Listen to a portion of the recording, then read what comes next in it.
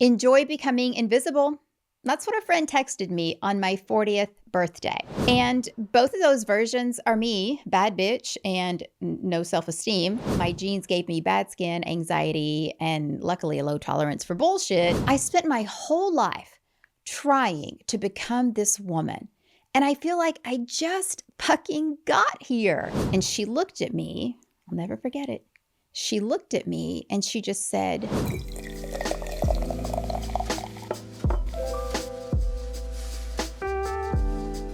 enjoy becoming invisible. That's what a friend texted me on my 40th birthday. Although I don't know if she was a real friend or not. It's kind of shitty. Anyways, if we're telling the truth, I do worry sometimes that my best years are behind me. It's like I've reached a peak and I'm on my way down. And I also feel like I just got here, so kind of sucks. Hi friend, I'm Cynthia Garcia, and this is I'd Like to Thank Myself. Look, if you've ever blown out birthday candles and just felt your stomach drop right before you made that wish, this one's for you. I've been feeling a lot lately, this idea that our best years are behind us. And I'm seeing it in the comments that women leave, and I'm feeling it in myself. And so I thought, why don't we talk about it? That's what we do, right? So some days I put on my bad bitch heels and I am solid as fuck. I am good. You can't tell me different. But other days, the heels are in the closet and I'm just standing barefoot in my bathroom, staring at a new line on my face, wondering if my best years are behind me. And both of those versions are me, bad bitch and no self-esteem. And I also think maybe that's true for a lot of us, right? Like sometimes you just like you feel yourself, right? And sometimes you're just like, what the fuck? So again, I thought we could talk about it because I don't think I'm the only one living with both of these voices in her head. So let me tell you where this comes from for me and to understand maybe why being on the downslope scares me so much. It's important that you understand two things. One is where I started, and two, my whole thing with birthdays. Listen, it might get a little dark. You've been warned. And by the way, I'm going to cuss a lot. So if it bothers you, respectfully, this is probably not the place for you. Don't run to the comments and be like, you're not classy, because I'm not going to change. So now that we've got that out of the way, let's take you back. First of all, where I started. So I did not grow up with beauty. I didn't grow up with much of anything. We lived in a little shack in the Appalachian Mountains that didn't have running water or indoor plumbing. So no indoor bathroom. We had an outhouse in the back. And we didn't have a lot, and that's the truth. And all I ever wanted was to be accepted, to be like one of the crew. I wasn't cute, like by any means. I just wasn't. But I just wanted to fit in. And I was teased a lot. One, because we were poor. Two, because I didn't have nice clothes. And three, I wasn't cute. I've accepted this. It's okay. And so I've talked about this before, where I thought if I could just be pretty, people would like me. And I used to watch those old like primetime soap operas, Dynasty and Dallas. What was the other one? Do you remember it? Knots Landing? I don't know. I was little, but my mom would watch it and I would see it. And I just remember these beautiful people. And I was like, oh, maybe that's the key. If I just look nice, people will treat me nice, right? Anyways, I remember one morning I was getting ready to go to school and I thought, I'm going to give this whole makeup thing a shot. I just wanted to show up and wow them, right? And I thought, well, if I could just fix my face, that's going to work. So I got into my mom's makeup. Now you need to understand, I am white as a ghost, right? Casper the Friendly Ghost, and a piece of paper had a baby and you're looking at her. My mom has much darker skin. She actually has melanin. It's a beautiful feature. Anyways, needless to say, her makeup was just way too dark for me. And I've got the compact, and I'm trying to layer it on and I see that it's too dark for me, like by about 17 shades, but it doesn't look that dark in the package. So I think, well, if I can just keep putting more of it on, yeah, you get it. So I'm just caking shit on my face, right? Because I so badly want to fit in. I just want to be one of the girls. And I think I've got it kind of toned down a little bit. I must not have because I got to school that morning. I walk in, I'll never forget this. And one of my main bullies was there. And he just looks at my face and I see him thinking, and I know this can go one of two ways, right? It went the shitty way. He looks at me and he goes, "What happened to your face?" I know. It's funny now. Listen, I've done a lot of therapy. He says, "What happened to your face?" And he just busts out laughing, kind of like I just did. But I didn't do that then. Then I was humiliated. I tried so hard. I just wanted to be liked. And that ruined it. So, I mean, that was kind of my whole childhood, though. I was, like I said, teased all the time, just trying so hard and getting destroyed for it every time I showed up. And birthdays, remember I told you I'd tell you about my birthdays? Birthdays are also fucked up for me. So let me tell you why. I'm going to tell you the very first birthday that I remember. Cool? Okay, cool. So I was 8, turning 8, and I woke up that morning as excited as, well, a girl on her 8th birthday, right? And I remember I get up and I walk through the house and it's really quiet. And I go into the living room and there's like this threadbare, like dark gray black carpet. And I feel it on my little feet. And I see my mom sitting on the couch, smoking a cigarette and drinking a cup of coffee. That's kind of her morning thing, right? And so I look around, right? And I'm like, maybe I got a little present laying around. Maybe there's a little cake, nothing. So I was like, no one said anything, no happy birthday, no nothing. So I thought, okay, no worries. They're just going to surprise me later. It's going to be great. It's going to be great. So I go outside, I play in the backyard. I make mud pies. I do whatever the fuck I did. And then it started to get dark. And I started thinking, like all through the day, it's in the back of my mind, right? But I was like, well, the day is still young. But now I'm getting nervous. Now I'm getting worried. And so I take my little self back into the house. My mom's still in the living room. I'm sure she had moved between the morning and then, but anyway, she was back in the living room. And I just blurted it out. I didn't know what to do. I was 8 years old and I just said to her, "Do I have a present?" And she looks at me confused. She got a little curl in her lip. And she said, "Why would you have a present?" Listen, I knew we were poor. I knew it. I knew there wasn't maybe a lot. Maybe there wasn't a present. I totally would have understood. But I thought maybe there was a little cake, a little sweet something, a little something, right?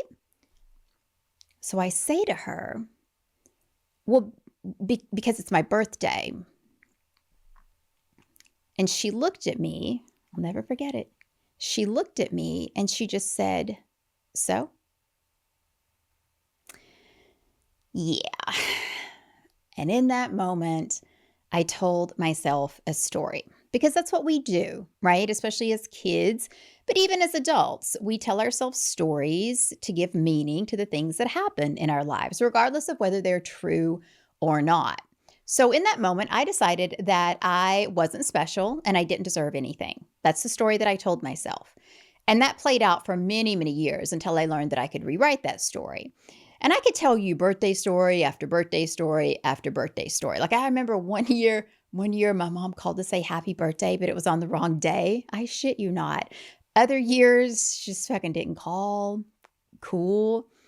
But nothing prepared me for what happened on my 40th birthday. We'll get to that. Anyways, so that's how I grew up. And I wish I could tell you that things got better in my 20s. I mean, I could tell you that, but I'd be lying to you and I don't want to lie to you.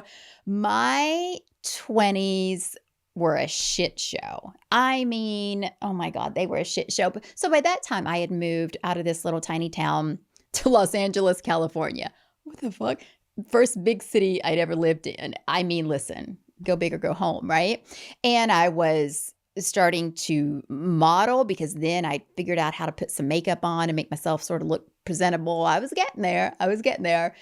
But I also had this crazy imposter syndrome. So I was drinking a lot. I was doing a lot of drugs. I was in full self-destruct mode. I felt guilty that I'd left everybody behind and went off for this better life. But like I said, I'd also figured some things out, like how to do my hair and my makeup for my actual face. I was getting my body back on track. I got my breast implants. I got my titties done. that was huge. Literally. And I loved it. I love that. So I was getting it together on one hand, but on the other hand, falling the fuck apart. So my 20s were like half dumpster fire, half glow up, and somehow both of them were happening at the same exact time. I don't know. You can't make it up.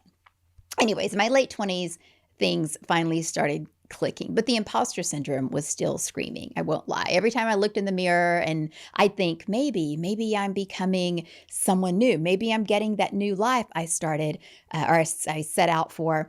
Somewhere in the back of my head, my storyteller, I call her Rosemary, Rosemary's Baby.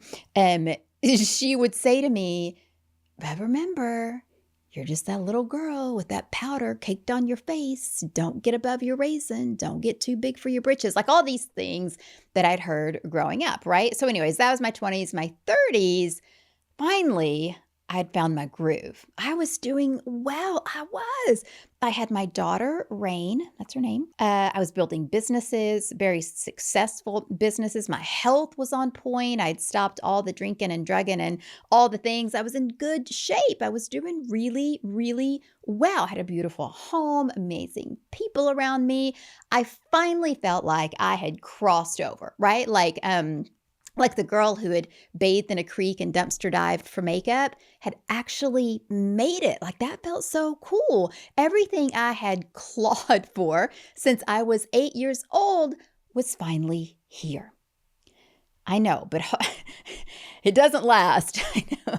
This is the part where it feels kind of fucked up because it feels like just when I had reached my peak, people started telling me it was over.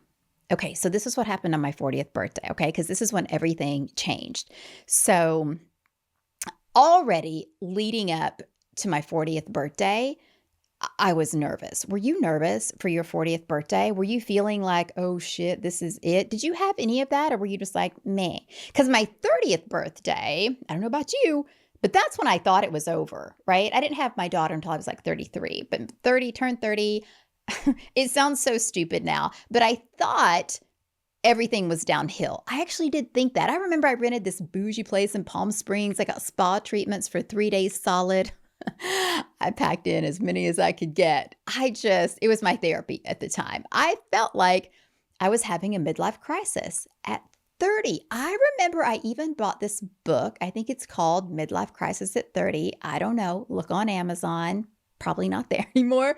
I remembered it had a red cover. I'm going to look and see if this book is still here. Anyways, this was 30, right? And in this book, they start telling me like, oh, Susie Orman didn't start her career until she was 35. And I was like, whatever. Anyways, looking back, I get that was ridiculous, but that tells you how deep this fear of mine goes, right? This fear that it's all downhill and it's not new. It just got louder, right? Anyways, the good news about that is it lit a fire under me. And over the next few years, as you already know, I made shit happen. Like I was doing it. I really, really was. Okay. So 40th birthday. I know you're like, get to it already, please. So I turned 40. I get up that morning. Things are great. I don't need anybody to tell me happy birthday anymore or buy me presents. I can buy my own shit, right? Like, hi.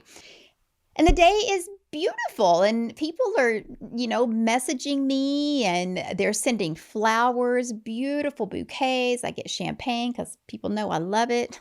Might have a problem with it. No, I don't. Anyways, I'm feeling really good, right? I'm like, this is nothing like turning 30. This is good. And then I get a text. And this message says, enjoy being invisible. I was like, did I misread that? And then another text said, I hope you've enjoyed the ride. It's all downhill from here.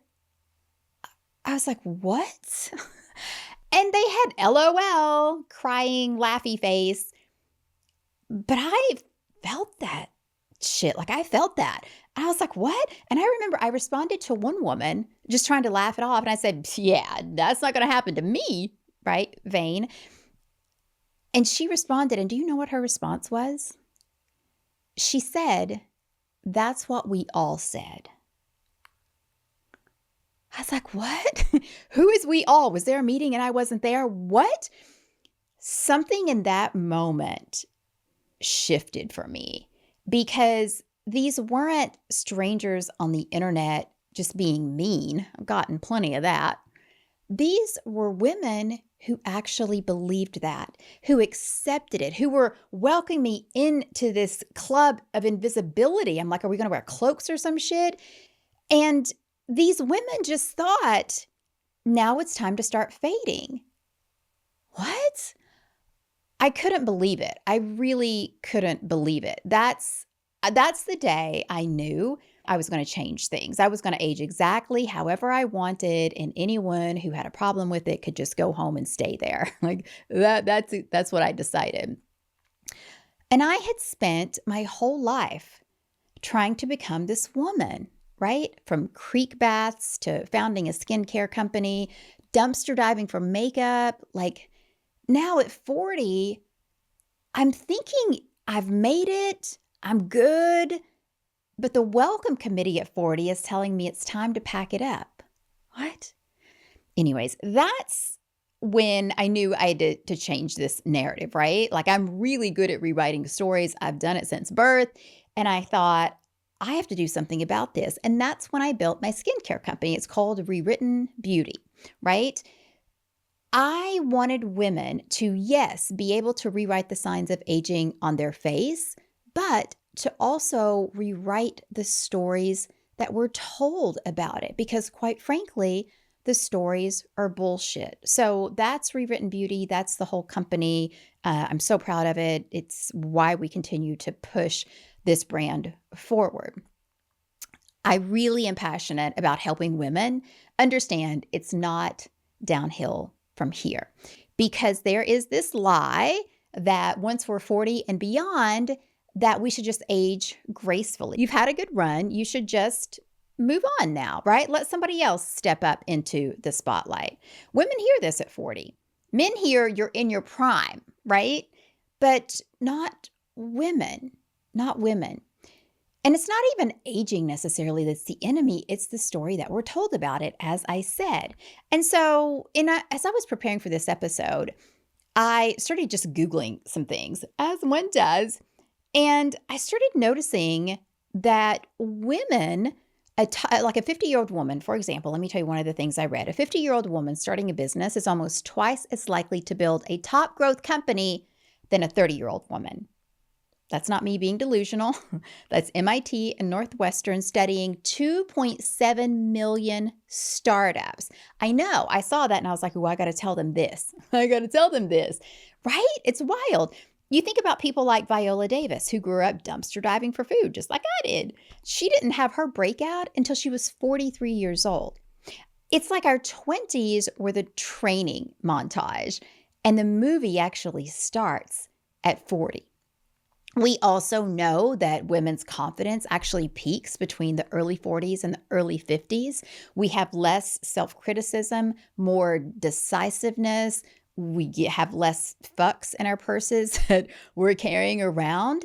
So I'm realizing, just like I realized back then when I first started Rewritten, is that we're not past our prime. Everything before this was just the warm-up. And I don't know about you, but the women I know in their 40s, 50s, and 60s, man, they are some bad bitches. I am not even playing with you. They are so clear in who they are and what they want and what they're available for and what they're not available for.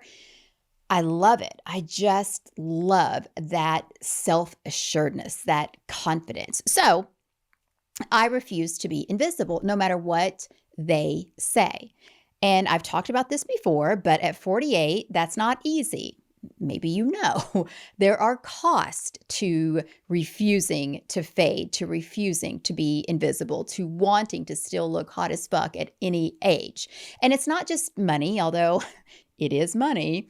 But, there's the morning routine before I even start my day. There's the weekly appointments, the facials, the treatments, the maintenance.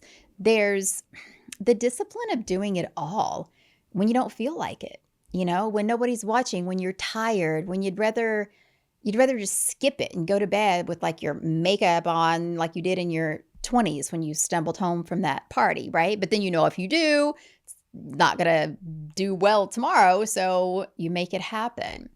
There's the cost of the mental energy of researching fucking everything because no one's handed you a manual for what to do now.